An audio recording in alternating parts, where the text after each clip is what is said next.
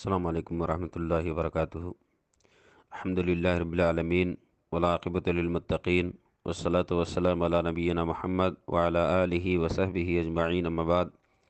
رب اشرح لی صدری ویسر لی امری واحلل عقدۃ من لسانی یفقہوا قولی۔ معزز خواتین اسلام، اللہ کی توفیق اور اس کے فضل سے پچھلے درس میں ہم نے اور آپ نے لا الہ الا اللہ کے مفہوم اور اس کے تقاضے کے بارے میں سنا، اور یہ بات بتائی گئی تھی کہ لا الہ الا اللہ کی اہمیت کیا ہے، اور لا الہ الا اللہ ہمارے لیے کب مفید ثابت ہو سکتا ہے، لا الہ الا اللہ کی شرطیں کیا ہیں، اور لا الہ الا اللہ کا تقاضا کیا ہے۔ اس کے تقاضے کے مطابق ایک بات بتائی گئی تھی کہ لا الہ الا اللہ کا تقاضا یہ ہے کہ مصیبتوں اور پریشانیوں سے نجات پانے کے لیے دھاگا وغیرہ باندھنا یہ بھی شرک کے زمرے میں آتا ہے، لا الہ الا اللہ کی تعلیمات کے خلاف ہے۔ آج انشاءاللہ العزیز ہم دم اور تعویذات کے بارے میں تھوڑی سی گفتگو کریں گے۔ جو کسی بیماری کے ہونے کے بعد دم وغیرہ کرتے ہیں، کچھ پڑھ کر کے پھونکتے ہیں، یا اسی طرح سے تعویذ وغیرہ لٹکاتے ہیں، اس کے سلسلے میں مزید وضاحت آج کے درس میں کی جائے گی۔ چنانچہ اس حوالے سے صحیح بخاری کے اندر ایک روایت موجود ہے، حدیث نمبر 3005۔ حدیث کی راوی حضرت ابو بشیر انصاری رضی اللہ تعالیٰ عنہ فرماتے ہیں کہ انہو کان مع رسول اللہ صلی اللہ علیہ وسلم فی بعض اسفارہ۔ یہ حضرت ابو بشیر انصاری رضی اللہ تعالیٰ عنہ پیارے نبی صلی اللہ علیہ وسلم کے ساتھ کسی سفر میں تھے۔ فارسل رسولا اللہ یبقین فی رقبت بعیر قلادۃ من وتر او قلادۃ الا قطعت۔ تو راوی کہتے ہیں کہ آپ نے ایک قاصد کو یہ اعلان کرنے کے لیے بھیجا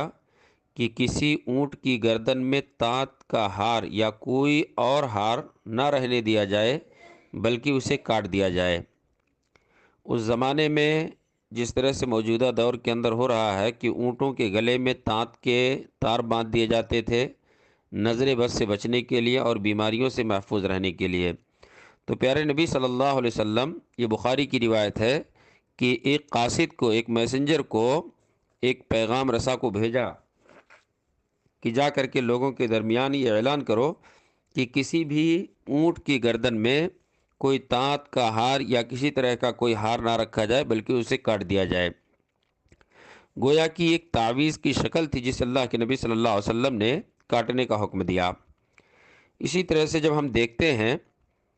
تو ایک دوسری روایت ہمیں ملتی ہے مسند احمد کے اندر۔ حدیث کے راوی حضرت عبداللہ بن مسعود رضی اللہ تعالیٰ عنہ کہتے ہیں کہ میں نے رسول اللہ صلی اللہ علیہ وسلم کو فرماتے ہوئے سنا، ان الرقى والتمائم والتولۃ شرکن۔ پیارے نبی صلی اللہ علیہ وسلم نے اس حدیث کے اندر صراحت کے ساتھ کہا کہ بلا شبہ جھاڑ پھونک اور تعویذ گنڈے اور ایک دوسرے سے عشق و محبت پیدا کرنے کے لیے جو چیزیں تیار کی جاتی ہیں، یہ تمام کی تمام چیزیں شرک ہیں، شرک کے زمرے میں ہیں۔ اللہ کے نبی صلی اللہ علیہ وسلم نے اس حدیث کے اندر 3 چیزوں کا استعمال کیا۔ یہ روایت مسند احمد کے اندر بھی ہے، سنن ابی داؤد کے اندر بھی ہے، حدیث نمبر 3883۔ نبی صلی اللہ علیہ وسلم نے اس حدیث کے اندر 3 چیزوں کو شرک بتایا۔ نمبر 1 تمائم، نمبر 2 رقیٰ، نمبر 3 طولا۔ تمائم کسے کہتے ہیں؟ تمائم سے مراد ہر وہ چیز ہے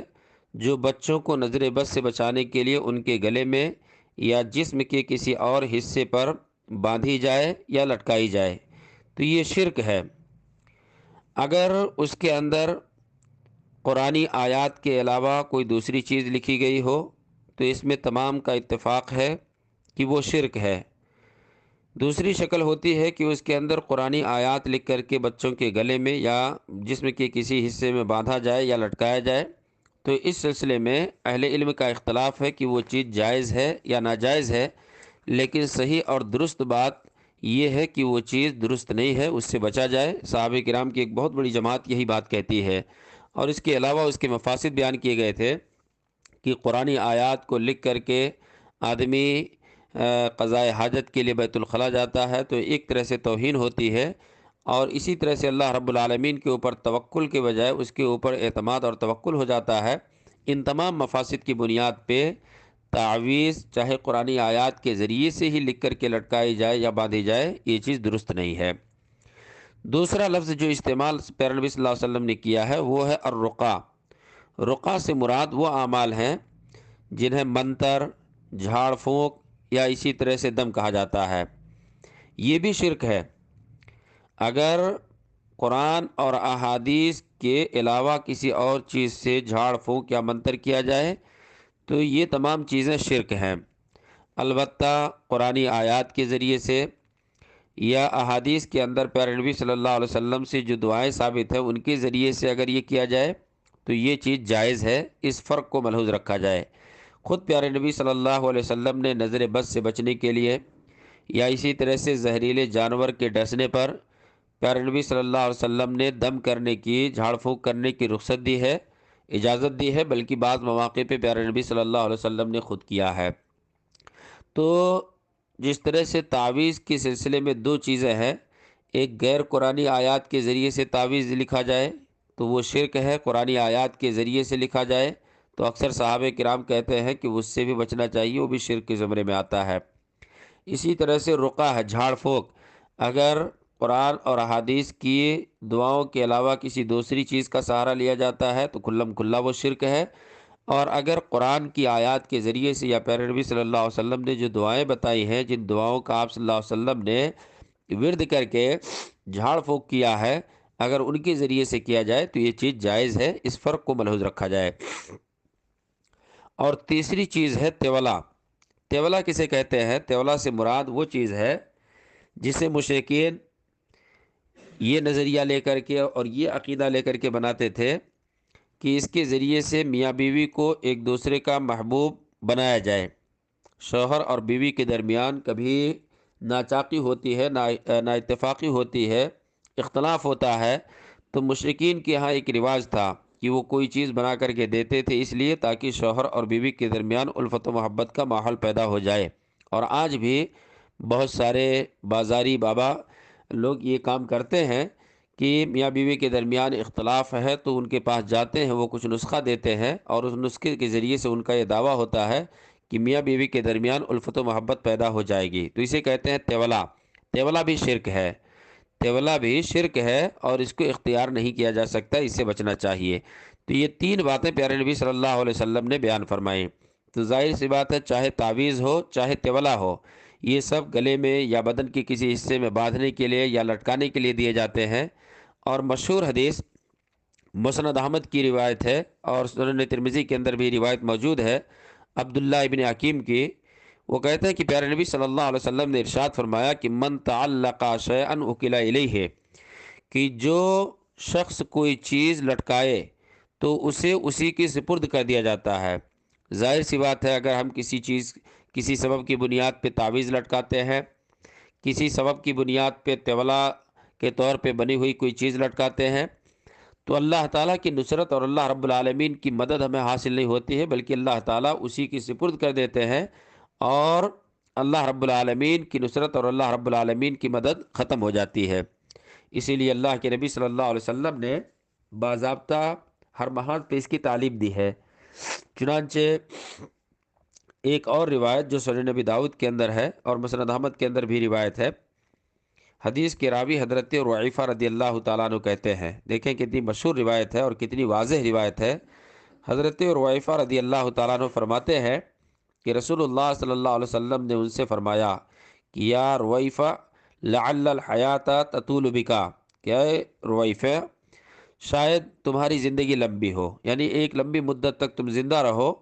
فاخبر الناس، تو تم لوگوں کو بتا دینا کہ ان من عقد لحیتہ، جو آدمی اپنی داڑھی کو گرہ لگائے۔ داڑھی کو گرہ لگانے کا مطلب یہ ہوتا ہے کہ آدمی کی داڑھی لمبی ہو تو اس کو